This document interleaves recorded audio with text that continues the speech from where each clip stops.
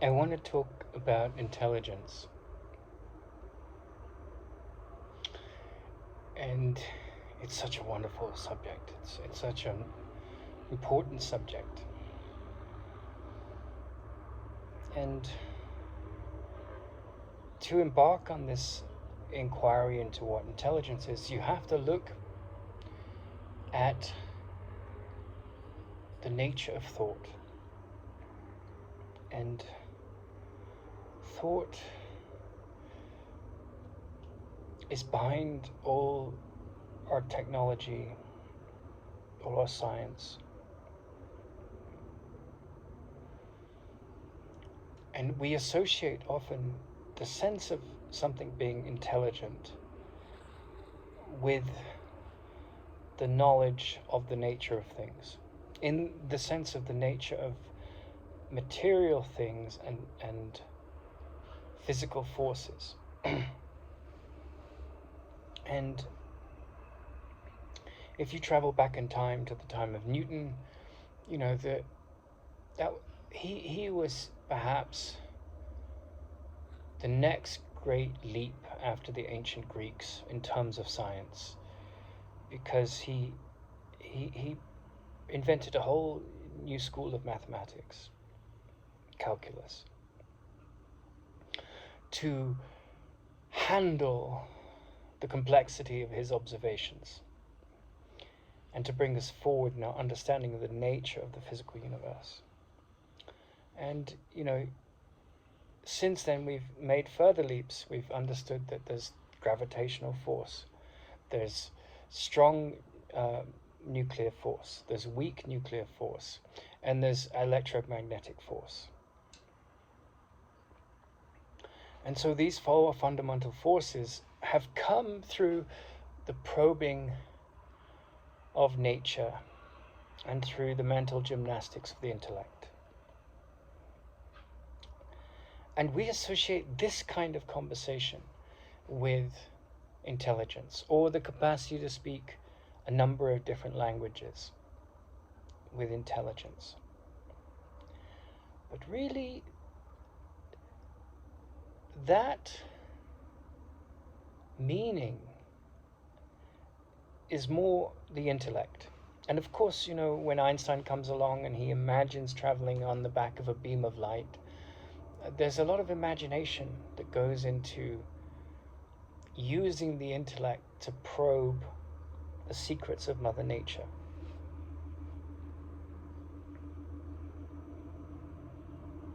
But the word intelligence, it means inter, which is between, and legere, which is to read. So intelligence means the capacity to read between the lines of thought, whereas intellectual is sort of like about the citadel and lost within the citadel that thought has made. That's the intellect. And it's only one aspect of the mind. And when you make one aspect of the mind more important than the other, or than others, then you get into strife, you get into conflict. For intelligence embraces love, reason, and vision. And so I was talking this morning to a friend of mine who's read the Bible, and he was concerned for me. He felt like I wasn't getting the deeper wisdom that was important to understand. And the conversation led me to an awareness that belief, superstition, misinterpretation of mythological structure and story leads to violence. I'm a Christian, I'm not a Christian. I'm a Buddhist, I'm not a Buddhist. I'm an atheist, I'm not an atheist. I'm an agnostic, I'm not an agnostic. So all of these things, Hindus, Muslims, I can't judge any of these people. If you look at the mystical meaning of most of the myths, then, and you apply intelligence, because stories are, in the right hands, allegories, right? So they are vehicles to look at the nature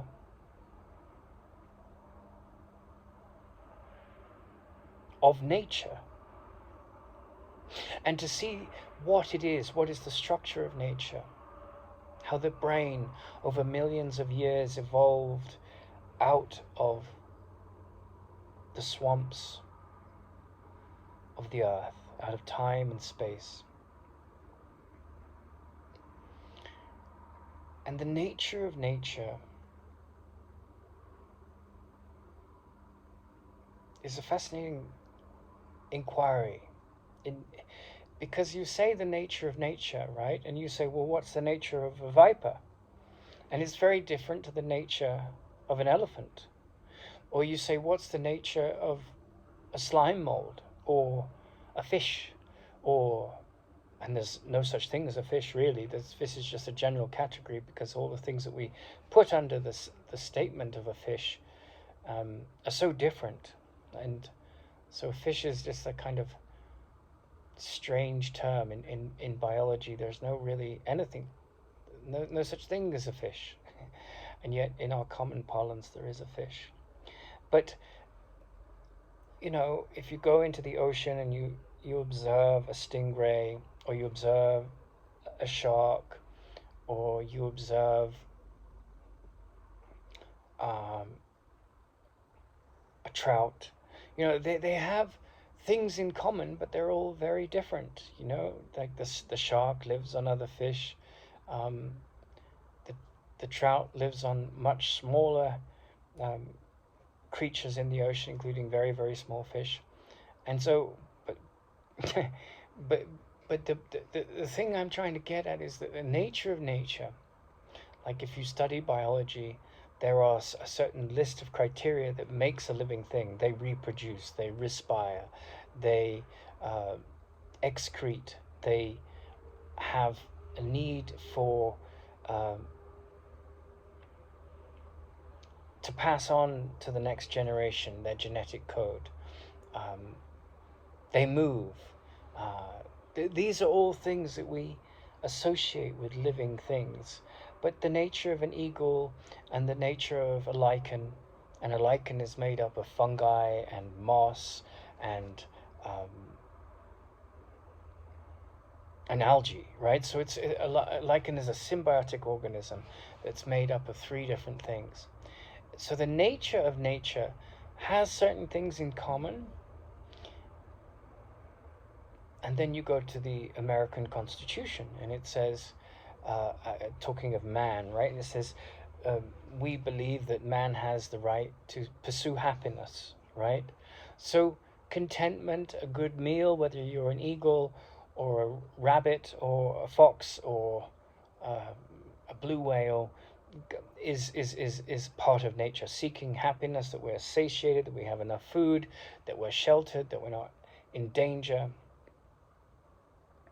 And so we can see that this is the base layer of the living organism, that it exists to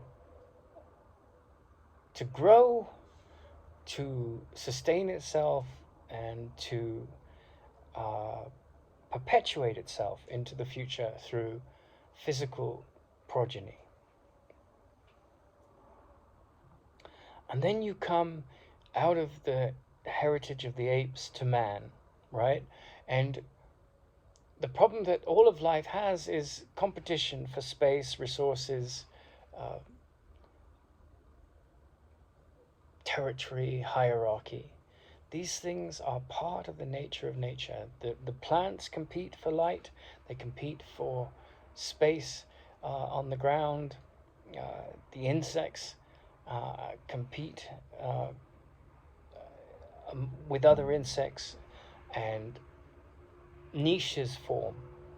And this is all the basis of the study of evolutionary biology and ecology and behavioral science. And so we can understand the nature of animals and the nature of their needs, and we can understand the nature of humans as animals and the nature of our needs.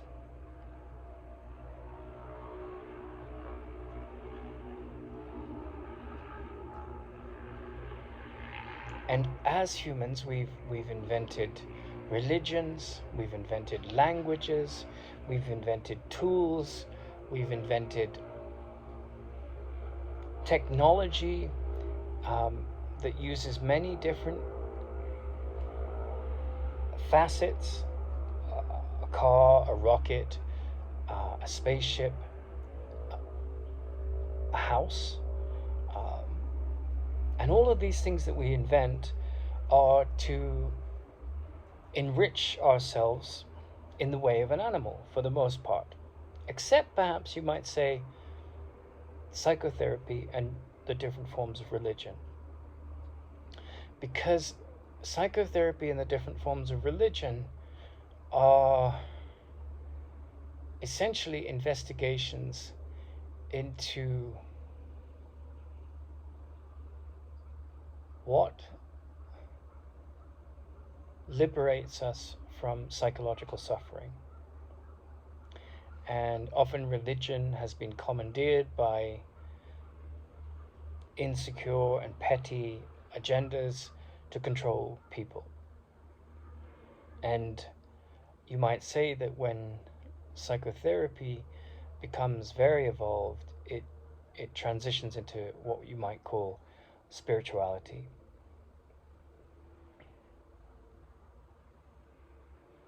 But as I was talking to my friend this morning, I witnessed as his belief system was trying to find my belief system.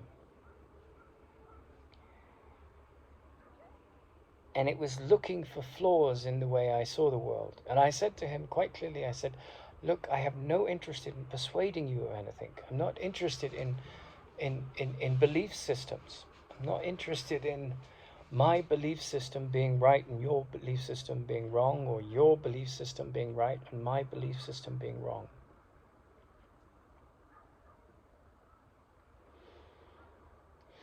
And one of the most complex problems of the human story is that to talk about the transcendent, the mind that has ended sorrow, pulled out the roots of sorrow, pulled out the roots of fear, is that it's a little bit like being an Englishman who's never left England and crossing the Channel to France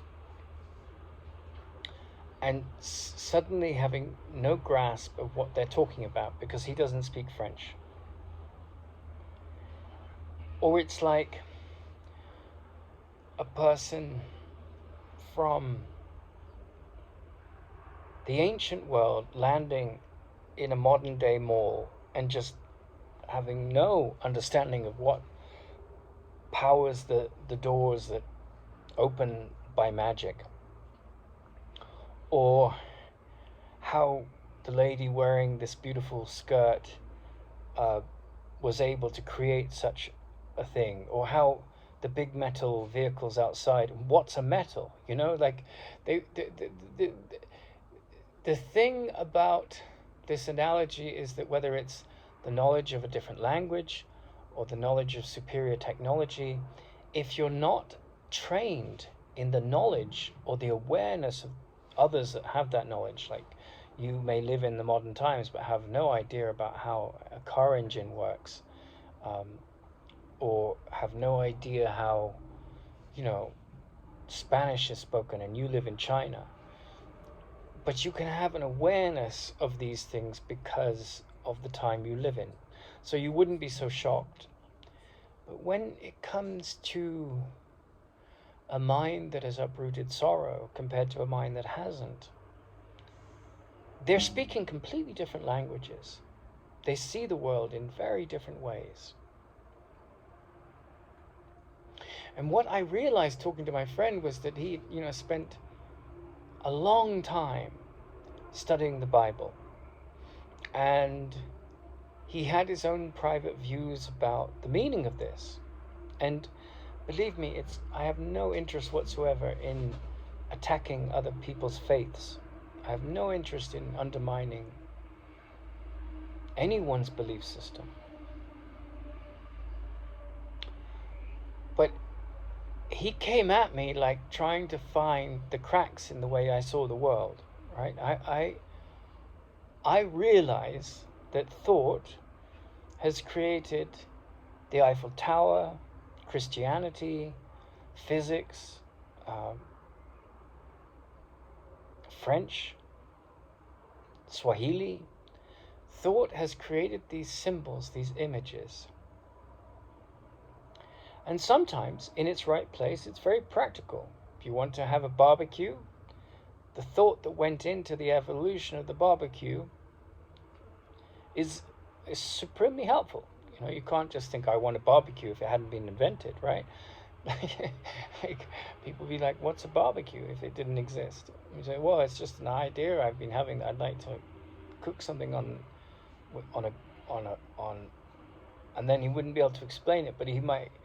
Okay, I'm going around in circles there, but that's the thing. Like, over the time, thought is time. Over the movement of time, psychological time, our understanding of the nature of nature, whether it's fire or coal or metal, or how to extract metal, or how to heat metal to bend and use it to make tools that we can use. Time has created those things, and so our awareness of the world is dictated by the time that we're born into, and our experience of the world is dictated by our morality or lack of it, and the consequences of our lack of morality. And it's also down to how we make decisions, what informs our decisions, because everyone has to make decisions. You get up in the morning, what you're going to eat for breakfast, that's a decision, right? What will you dedicate your life to in terms of work? How will you make a living? What will you do to survive? What will you do what are the limits in which you place yourself with regard to helping your neighbor if they ask for help? Will you do this? Will you do that? No. So will you fall for a religion? Will you become excessively hedonistic? Will you get married or be single? Will you have children or not? These are all things that come out of either unconscious or conscious decisions. But what really came home to me in the conversation was the violence of beliefs. Because, you know, the Christian has a certain set of beliefs, the atheist has a different set of beliefs. And what I'm interested in is the facts. And especially the facts of perception, right? So if you're born in France, a table is la table, or la table, but I can't recall which is, whether it's masculine or feminine. If you're born in Spain, it's la mesa, right? So the facts of the image in words and that we use differs, but a table is still a table. Its function doesn't change because you change its name from language to language. So similarly, psychological perception, the psychotherapists have come up with different terms, different expressions for different, you know, in the Christian language, Jesus says, there are many rooms in my Father's house, which is just another way of saying there are many psychological states in the mind. because in the mind, that's the progenitor of all the different ways of seeing, and those are all the different rooms. And those rooms include all the different gods and all the different religions and all the different.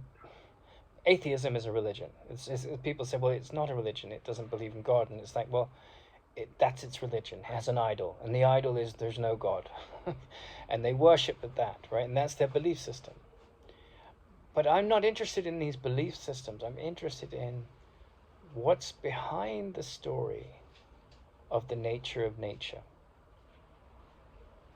And so you're interested not in making a new religion, because you can't live without religion. Atheism is a religion.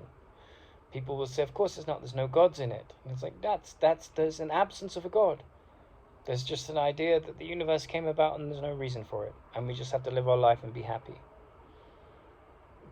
And usually, for the most part, atheism is fairly superficial, because it says things like, well, I have a conscience and I have morality. But it doesn't really grapple with purpose other than to have fun. And then you get lost in hedonism and fairly superficial characters that attack and demean people who have interest in religion. And then the people who have interest in religion do the same to the atheists, and it's all so petty and has no meaning whatsoever. Really, it doesn't. It's just puerile, childish. But if you're a serious person, and seriousness has a lot of humor in it, because there's a lightheartedness to the real quality of seriousness. The serious know how to laugh. Then you're interested in what is the cause of suffering. Not from a Buddhist point of view, not from a Christian point of view, but actually.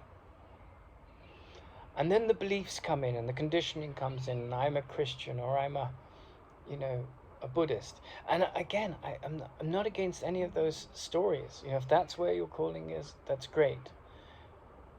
If it inspires and empowers you and liberates you from suffering, then everything I'm saying is irrelevant. It really is. And I'm not, like I said to my friend, I'm not interested in persuading you of anything. But where it becomes dangerous is that my Buddhist view versus your Christian view, or my Christian view versus your Buddhist view, becomes petty. It's a form of violence. I'm right, you're wrong. I'm wrong, you're right. And so it's just left to this level of agreeing and disagreeing, rather than finding out what's actually true. And I noticed when I went to the university in Britain, there was a psychotherapist there, and I could see that she thought the dirtiest word in the English language was the word truth. And yet the whole of academia exists to explore what is the nature of the truth of things. And of course, there's two levels to that. There's the truth of the chemicals that go into making a butterfly's wings. And there's the truth of what's needed to create a 2-story building in terms of architectural know-how and parts, raw materials. And then the other aspect of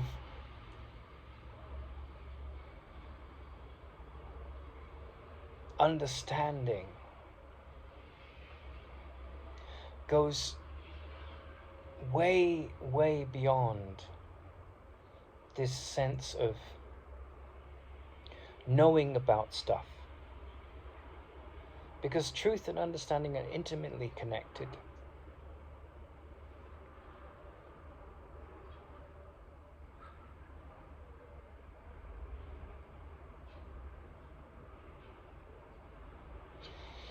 And so it was ironic to me to see someone in the university who was obviously a very zealous atheist. And there's lots of zealous believers, and there's lots of zealous atheists.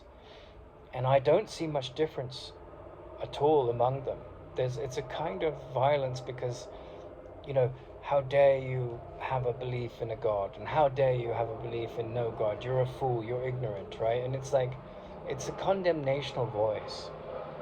And it was really difficult to have this conversation with my friend because he was trying to put me in this corner to prove his understanding of the Bible was right, and if I listened to him, I'd be liberated of my delusions. And I just said, look, you're speaking to me through the visor of your thought system. And it's a form of violence, because if I don't agree with you at a very superficial level that, okay, God created man and blah, blah, blah, then that's what you persuaded yourself to be true. And so what's talking in you? It's something that wants to be recognized and wants your beliefs to be applauded. And it's a form of evangelism, because if I subscribe to your thought system, your belief system, then we'll have something in common and we can be friends. But if I don't agree with you at this really superficial level, then some door will close in you, and you'll put a wall up against us. I'm right, you're wrong. But it was lost on him because he's a very intelligent man and technologist and businessman and very capable, wonderful heart. But it was like we came to a place where there was no way forward. It was his way or the highway. And I said, well, I don't subscribe to these beliefs. And he said, well, I don't subscribe to your beliefs. And I said, well, I'm not interested particularly in beliefs. And also, you have to recognize that beliefs are a very personal thing. But I'm interested in what's actually going on, which is the meaning of this word intelligence. To read between the lines of thought. Not to get lost in the jungle of thought. I'm a conservative, I'm a liberal, I'm a pro-homosexual, I'm a anti-homosexual, I'm for this radical change in legislation around pronouns, blah, blah, blah. It's all so juvenile. Now, of course, I feel that homosexuals are wonderful,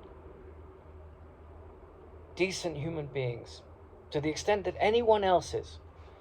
Are they deviant to be condemned? No. Morality is more important than your gender, and your character is more important than your sexuality. And your sexuality and your gender are to be respected as long as you're not deviant and hurt other people, as long as it's consensual in your lovemaking. But that's also, it's so immature, because the real focus of wisdom, the real focus of love and intelligence is how do you end suffering, not how do you condemn this homosexual or this person who's against homosexuals. It's all so juvenile. And so a very innocent, loving presence is someone that isn't trapped or deluded by their beliefs, or using their beliefs to create a wall to condemn others. And that is an essential quality of intelligence, because for all the incredible things that thought has done, and all the horrific things that thought has done, it is not ultimately what matters. It is relatively what matters. If you're going to build a road, find out which is the best asphalt to use, what's the best cost to pay for it with taxpayers' money. How do you put out a tender for that asphalt and not get trapped in corruption over prices in the market?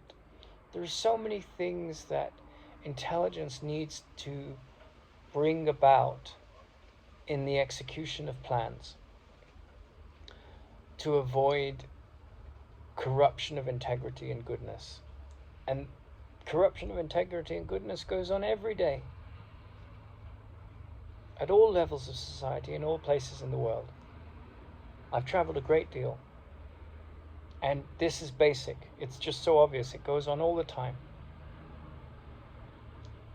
So how does one live in a world which has lost touch with meaning and find meaning? And that is the focus of intelligence. Whereas the focus of my belief system against your belief system, it's so tawdry, it's so petty, it's so myopic. It lacks any kind of real intelligence. And you see these great orators that get up and argue against Israel and for Palestine and for Israel and against Palestine, or whatever the social issue may be, against Muslims in India and for a sort of militant form of Hinduism, or against the militant Hindus, all of this kind of childish behavior.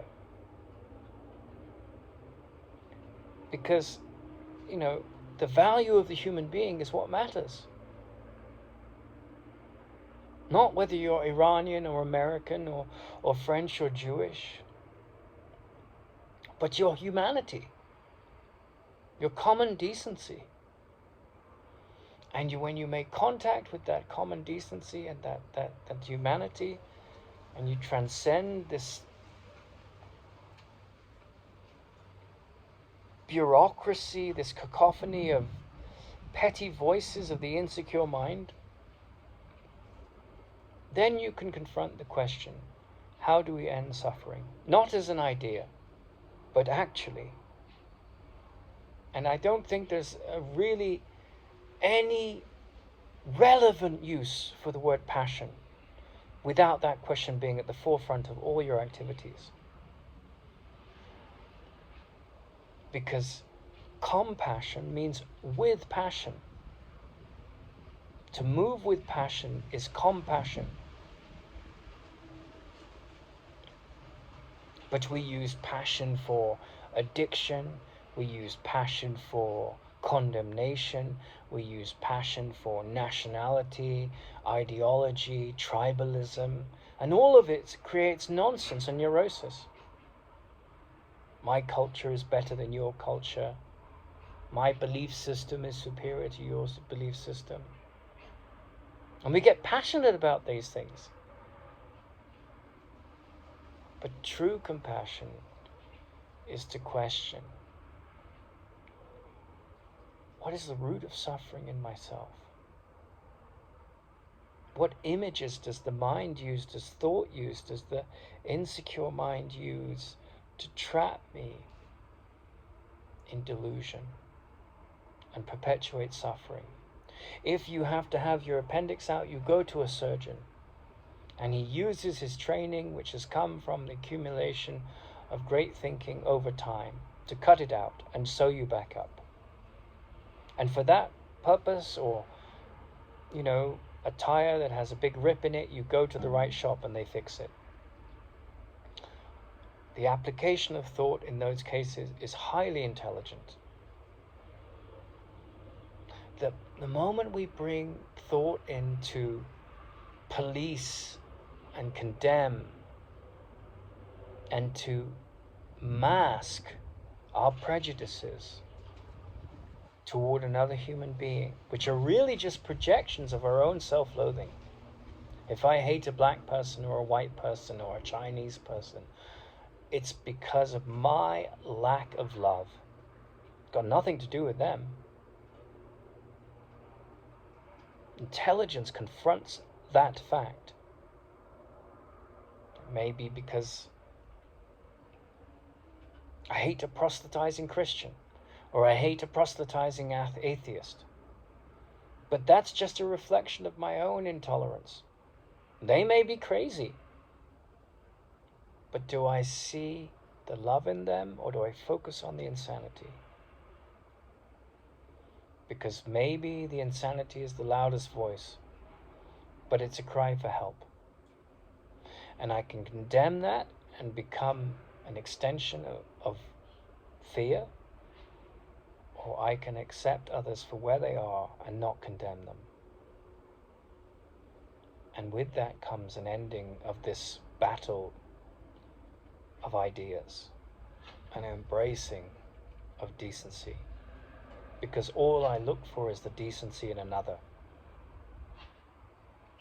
Because in so seeing that decency, even though they may show me nothing of the sort, I demonstrate that that's all that's true about myself.